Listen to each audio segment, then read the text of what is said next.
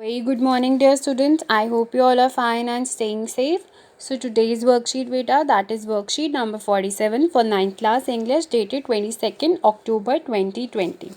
In this worksheet beta, there is a question which is from your writing skill.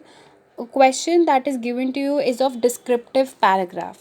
ठीक है बेटा, तो ये पहला क्वेश्चन है, पहली ऐसी वर्कशीट है जो डिस्क्रिप्टिव पैराग्राफ की आप करोगे. And before that there are some facts that are given to you, and some of the facts you're already aware about, and some of the facts you need to be aware of. So what are the things that we need to keep in mind while dealing with this covid times? There are set of things that we have to always keep in mind, beta. Whenever we are stepping out of our homes, there are certain things we cannot just ignore. So बेटा, इस particular worksheet में कुछ ऐसी health advisory information आपको इस worksheet के through the हुई है जो आपको हमेशा अपने माइंड में रखनी है. Whenever you are stepping out of your home, you have to take care of your family members, you have to take care of your siblings, you also have to take care of your self. Okay, so थोड़ी सी भी negligence नहीं होनी चाहिए आपके भी part पे. सो in this worksheet बेटा, before discussing the key elements of descriptive paragraph या कुछ भी ऐसी चीज़ इस क्वेश्चन पे आने से पहले कुछ जो फैक्ट्स दिए हुए कोविड-19 के, वो मैं चाहती हूँ कि आपके साथ डिस्कस करूँ, ये रीड करें हम. And other than that I also want to discuss some of the points that you need to always keep in mind. Okay, so I'm just reading out the things that are there in your worksheet. Dear students, as you all know that during these times of COVID-19 pandemic, बेटा आप सबको पता है pandemic कैसे कहते हैं. For example महामारी, और ग्लोबल है, दैट मीन्स हर कंट्री में फैली हुई है, तो उसे हम पैंडमिक कहते हैं. ठीक है बेटा, in order to stay safe it is extremely essential to wear mask when going out of home.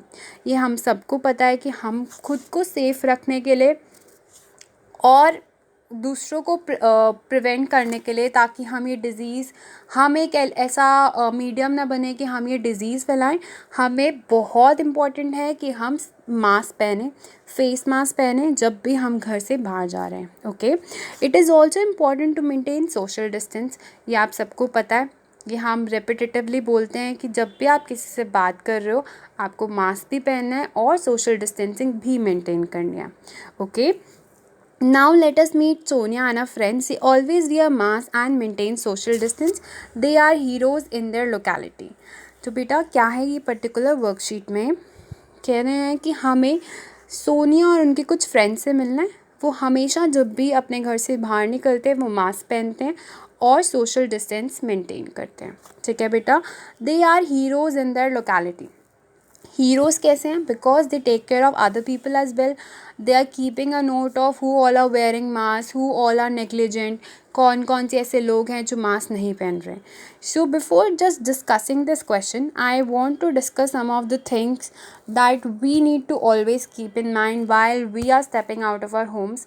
And जो एक हेल्थ एडवाइजरी बेटा गवर्नमेंट ने भी रेपिटेटिवली इशू करी है, पता हम सबको है, लेकिन फॉलो हम जब करते हैं तो हमारे पार्ट पे कुछ ना कुछ नेग्लिजेंसी हो रही है, तभी इतने ये डिज़ीज़ जो फैल रही है. So there are things that we always need to bear in our mind, and that is that we have to always cover our face, and we have to keep a safe distance from anybody we are talking to. We have to wash our hands, we have to sanitize our hands at regular intervals. Okay, और बेटा सबसे important चीज़ हमें कैसे prevent करना है कि spread ना हो ये कोविड-19. We have to maintain a safe distance from anyone who is coughing और sneezing.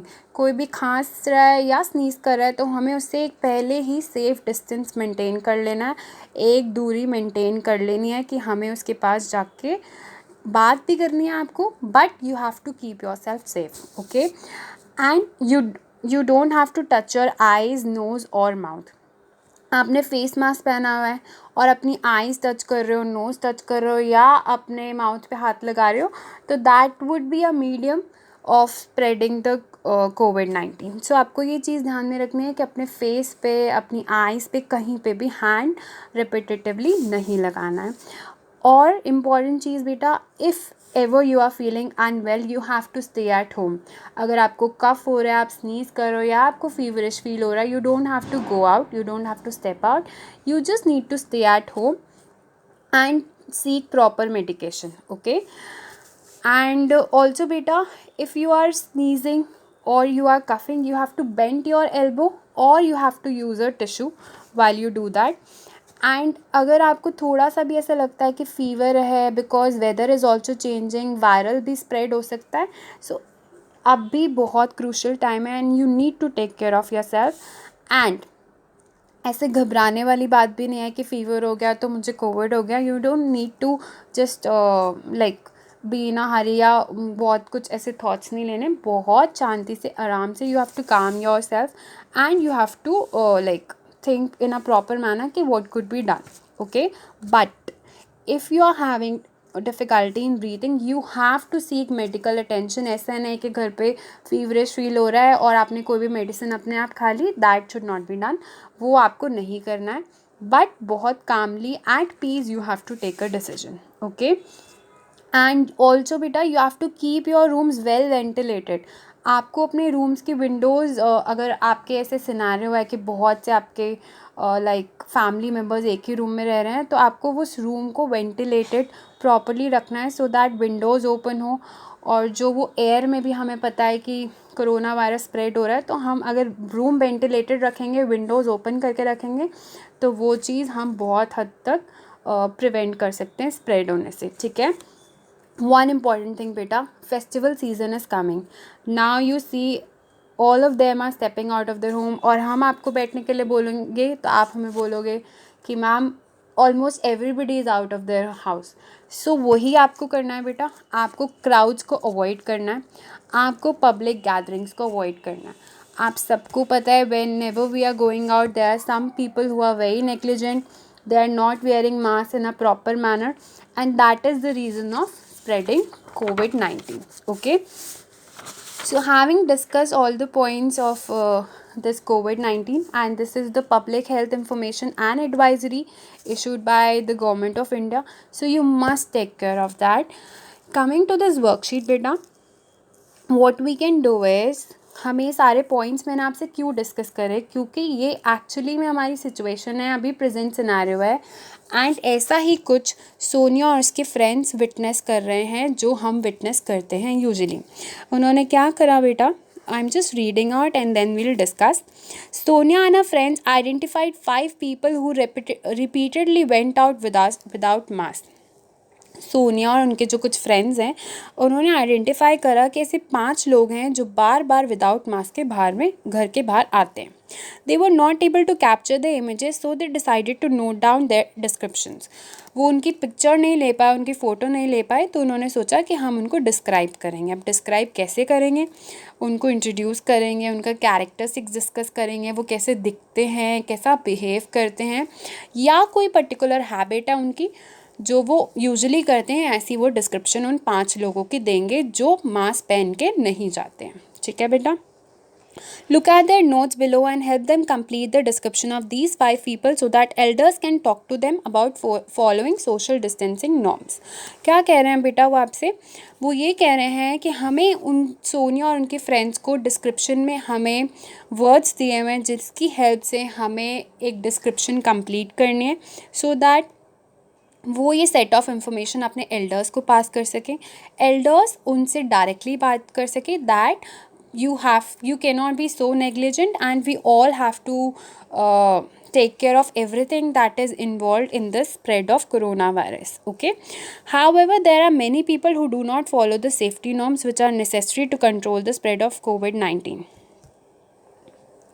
Okay, so they are saying that कुछ ऐसे लोग हैं जो COVID-19 के सेफ्टी नॉर्म्स नहीं फॉलो कर रहे हैं और उनके एल्डर्स ने डिसाइड करा कि वो ये सब रिपोर्ट करेंगे. सो हमें क्या करना है बेटा, आज का जो हमारा टास्क है, हमें उसमें एक नोट्स दिए हुए हैं, कुछ कीवर्ड्स दिए हुए हैं. There are certain adjectives and verbs that we have to use, and we have to complete the description of the 5 people in this particular worksheet. Okay beta. So right after this box there are 5 images that are given to you, and you can clearly see that बेटा 5 लोगों के images दी हुए हैं आपको। Description में देखोगे यहाँ पे ध्यान से, तो एक एल्डरली मैन है, he is a fat man. There is one person who seem to be athletic, there is one lady who is wearing kurta and a suit, and there is elderly woman who is wearing a sari, and there is a person who is a kind, I think a kind of a farmer।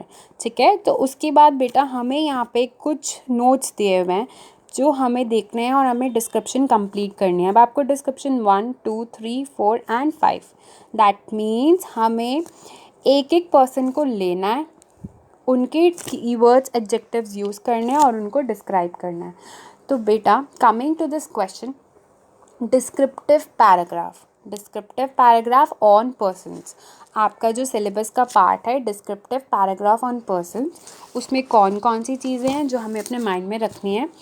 पहली चीज़, जब भी आप किसी person को describe करोगे बेटा, you have to introduce the person. Introduce कैसे करोगे? You have to use his characteristics, that means आपको बताना है कि वो कैसे दिखते हैं, उनकी कैरेक्टरिस्टिक्स कैसी हैं, वो कैसा बिहेव करते हैं, एंड कोई ऐसी पर्टिकुलर हैबिट जो वो आते जाते परफॉर्म करते हैं। Okay, there are adjectives that are given to you, you have to use them and describe a person। Also बेटा आपको एक लैंग्वेज ऐसी बनानी है कि जो रीडर्स हमारी डिस्क्रिप्शन को जब रीड करें तो वो एक्चुअली में विजुअलाइज कर पाएँ वो चीज़ कि वो पर्सन कैसा दिखता होगा या कैसे बिहेव करता होगा। तो डिस्क्रिप्शन तो आप बहुत इजीली अच्छे से जानते हो कि हम कैसे डिस्क्राइब कर सकते हैं। एडजेक्टिव्स आपको दिए हुए हैं, वो आपको यूज़ करने हैं, and you have to describe 5 particular persons that are given to you. A picture is also given to you, words are also given to you, so this could be a kind of visual image as well, as well as the use of the adjectives that are given to you।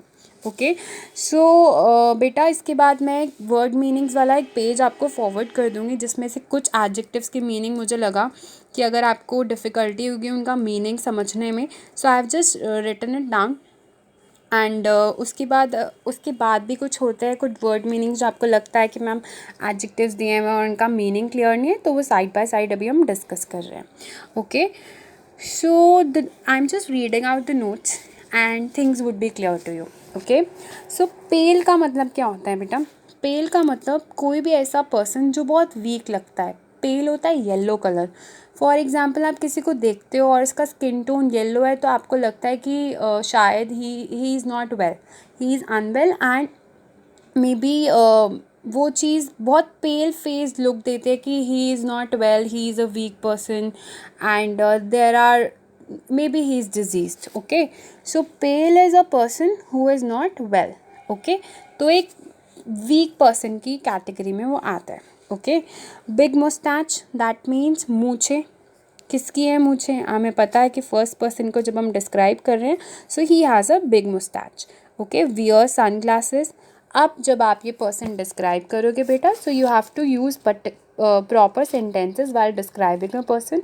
और जैसा कि मैंने आपको कहा कि जब भी आप कोई पर्सन इंट्रोड्यूस करते हो तो आपको उनकी कैरेक्टरिस्टिक्स, अपीयरेंस और एटीट्यूड डिस्क्राइब करना है। ठीक है, has beard, wears a cap. अब ये वाली आई थिंक सेकेंड पर्सन की डिस्क्रिप्शन स्टार्ट हो गई। Wears a cap, has curly hair, tallest, thinnest, सबसे लंबा है, सबसे पतला है, फैट, फिट, हैंडसम, फैट भी है, फिट भी है, हैंडसम। अब बेटा आपका टास्क यहाँ शुरू होता है कि आपको पिक्चर्स बहुत क्लियरली देखनी है। आपको देखना है who is fat, who is fit, who is handsome, who is sharp, strong. ये सारे एडजेक्टिव्स आपको दिए हुए हैं। वेल बिल्ट, जिसकी मस्कुलर बॉडी है। एथलेटिक, कौन देखने में सही लग रहा है। एक और पर्सन जो बहुत सिक लग रहा है, पेल अगेन। लुक्स काम, देखने में शांत स्वभाव का लग रहा है। लुक्स वेरी रश्ड, भागा दौड़ी वाला लग रहा है कि जल्दी में, हड़बड़ाहट में।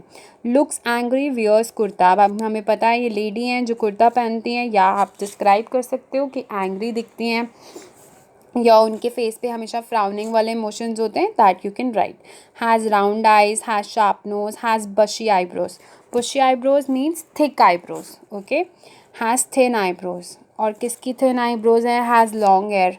लॉन्ग हेयर भी देखना है बेटा आपको. Short, has short hair, fair skin, dark skin. So these are the adjectives that are given to you. You have to clearly identify the pictures. You have to match the adjectives with the pictures and your task will be done. आपको पहले sort out करना है ऐसे keywords आप particular picture के आगे लिख लोगे कि कौन सी पर्टिकुलर कैरेक्टरिस्टिक्स हैं जो हम इनको डिस्क्राइब कर सकते हैं, and you will describe a person after that. Okay. So ये बाकी के एडजेक्टिव्स बेटा आई थिंक बहुत क्लियर हैं. Dark skin, black eyes, green eyes, wears saris. आपको पता है जो लेडी हैं उन्होंने साड़ी पहनी हुई है, कुर्ता दूसरी लेडी ने पहना हुआ है. Walks fast, muscular, smart, old, young. अब आपको पता है ओल्ड किसको दिखाना है, यंग किसको दिखाना है, और कौन सी पर्टिकुलर डिस्क्रिप्शन किसकी आइज़ आपको ब्राउन दिखानी है, या हेयर आपको ग्रे किसके दिखाना है और ब्लैक किसके दिखाना है. ठीक है, ये तो आप कर लोगे. सबसे इम्पॉर्टेंट चीज़ जो हमें ध्यान में रखनी है बेटा, ये हमें एडजेक्टिव्स दिए हुए हैं, ये हाँ आप डिस्क्राइब करोगे. I told you you have to use strong verbs and colorful adjectives while describing a person. That you'll do. But we have to use a language that would make a readers visualize a person. बेटा इसका मतलब क्या है, हम जो भी language जो भी सेंटेंसेस हम यूज़ करेंगे, हम जब वो रीडर हमारी ये डिस्क्रिप्शन को पढ़ेंगे तो उनको ऐसा लगना चाहिए कि एक्चुअली वो पर्सन हमारे सामने खड़ा है या वो पर्टिकुलर कैरेक्टरिस्टिक्स को रिलेट कर पाएँ. ठीक है. So this is your task for the day.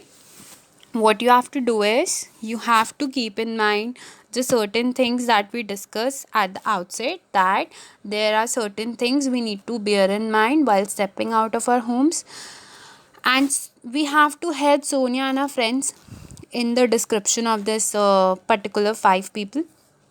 सो ये आप पिक्चर विजुअलाइज करोगे, डिस्क्रिप्शन कंप्लीट करोगे, सारे एडजेक्टिव्स आपको दिए हुए हैं, and this question would come in your exam because जो आपका अपडेटेड सिलेबस आया था बेटा उसमें descriptive paragraph on persons is included in your syllabus.